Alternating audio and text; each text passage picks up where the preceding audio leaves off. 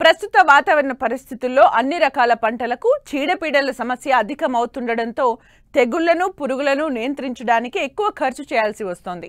రైతులు నాణ్యమైన విత్తనాలను సేకరించినప్పటికీ విత్తడానికి ముందే విత్తన శుద్ధి చేయడం ద్వారా విత్తనం నేల ద్వారా వ్యాప్తి చెందే తెగుళ్లు పురుగులను తక్కువ ఖర్చుతో సమర్థవంతంగా నిరోధించొచ్చని తెలియజేస్తున్నారు శాస్త్రవేత్తలు.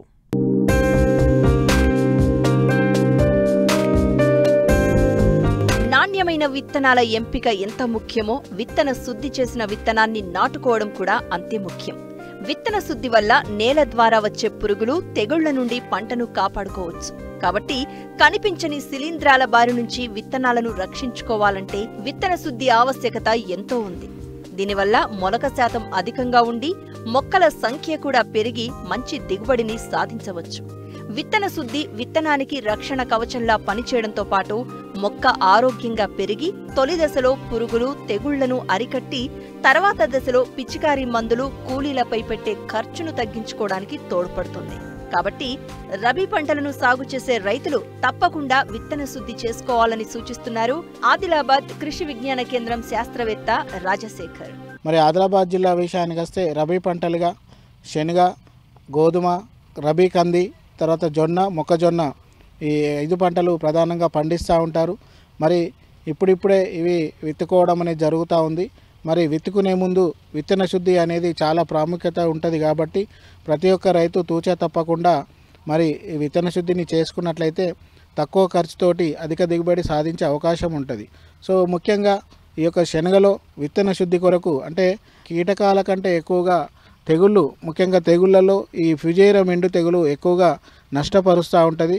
అదేవిధంగా వేరుకుళ్ళు కూడా ఎక్కువగా శనగలో నష్టపరుస్తూ ఉంటుంది. కాబట్టి వీటి నివారణకి కార్బాక్సిన్ ప్లస్ థైరామ్ విటావాక్స్ రూపంలో లేదా ప్రోవాక్స్ రూపంలో మార్కెట్లో లభిస్తుంది. సో అది 3 గ్రాములు కేజీ విత్తనాన్ని కలుపుకొని విత్తుకున్నట్లయితే ఈ యొక్క ఎండు తెగుల్ని నివారించుకోవచ్చు. అదేవిధంగా మరి ఎండు తెగుల్ని ఖరీఫ్లో సోయాబీన్ నుంచి వస్తూ ఉంటుంది. కాబట్టి సోయాబీన్ మిషన్ ద్వారా వచ్చే చెత్త చెదారాన్ని కొంతవరకు చేనులో పడకుండా చూసుకున్నట్లయితే కూడా మనము ఈ సోయాబీన్ నుంచి వచ్చే ఫ్యుజేరియం ఎండు తెగులు శనగలో ఆశించకుండా కూడా నివారించుకోవచ్చు. ఇకపోతే మరి శనగలో అక్కడక్కడ కీటకాలు, ముఖ్యంగా ఈ యొక్క వేరు పురుగు సమస్య ఉన్నట్లయితే మరి కేజీ విత్తనానికి 6.5 మిల్లీలీటర్ల క్లోరోపైరిఫాస్ను కలుపుకొని విత్తుకున్నట్లయితే ఆ వేరు పురుగును కూడా నివారించుకోవచ్చు. ఇకపోతే శనగ తర్వాత గోధుమ పంట ఎక్కువగా రైతులు పండిస్తూ ఉంటారు రబీ పంటగా. మరి గోధుమ పంటలో కూడా ఈ యొక్క లీఫ్ బ్లైట్, ఆకు ఎండు తెగులు కానీ తుప్పు తెగులు కానీ ఎక్కువగా ఆశిస్తూ ఉంటుంది. మరి వాటి నివారణకి ఈ యొక్క మ్యాంకోజెబ్ కానీ కార్బన్ డైబ్స్ కానీ లేదా థైరామ్ కానీ 2 గ్రాములు కేజీ విత్తనాన్ని కలుపుకొని విత్తుకోవాలి. ఇకపోతే మరి శనగలో విత్తన శుద్ధిగా అంటే కార్బాక్సిన్ థైరామ్ కాకుండా మరి టెబుకొనజోల్ ప్లస్ ఫ్లోక్రోరోజ్ అనేది జమీర్ రూపంలో దొరుకుతుంది మార్కెట్లో. అది 2 మిల్లీలీటరు కేజీ విత్తనాన్ని కలుపుకొని విత్తుకున్నా కూడా ఎండు తెగులు కానీ వేరుకుళ్ళు కానీ శనగలో నివారించుకోవచ్చు. ఇకపోతే మరి గోధుమలో కీటకాలు అక్కడక్కడ ఆశించే అవకాశం ఉంటుంది. కాబట్టి కీటకాల నివారణకి ముఖ్యంగా ఈ ఇమిడాక్లోప్రిడ్ అనే మందు 2 మిల్లీలీటరు కేజీ విత్తనాన్ని కలుపుకొని విత్తుకోవాలి. ఇకపోతే రబీ పంటగా ఈ మధ్య కాలంలో మరి కందిని కూడా రైతులు పండిస్తూ ఉన్నారు. మరి రబీలో చీడపీడలు పెరగకుండా ముందస్తుగానే ఈ విత్తన శుద్ధిగా ముఖ్యంగా ఈ ఇమిడాక్లోప్రిడ్ అనే మందు 2 మిల్లీలీటరు కేజీ విత్తనాన్ని కలుపుకున్నట్లయితే ముఖ్యంగా కీటకాలను నివారించుకోవచ్చు.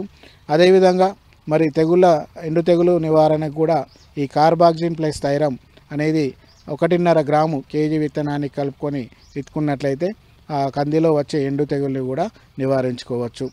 ఇకపోతే మిగతా ప్రధాన పంటలలో ఈ జొన్న, మొక్కజొన్న కూడా రబీ కాలంలో రైతులు పండిస్తూ ఉంటారు.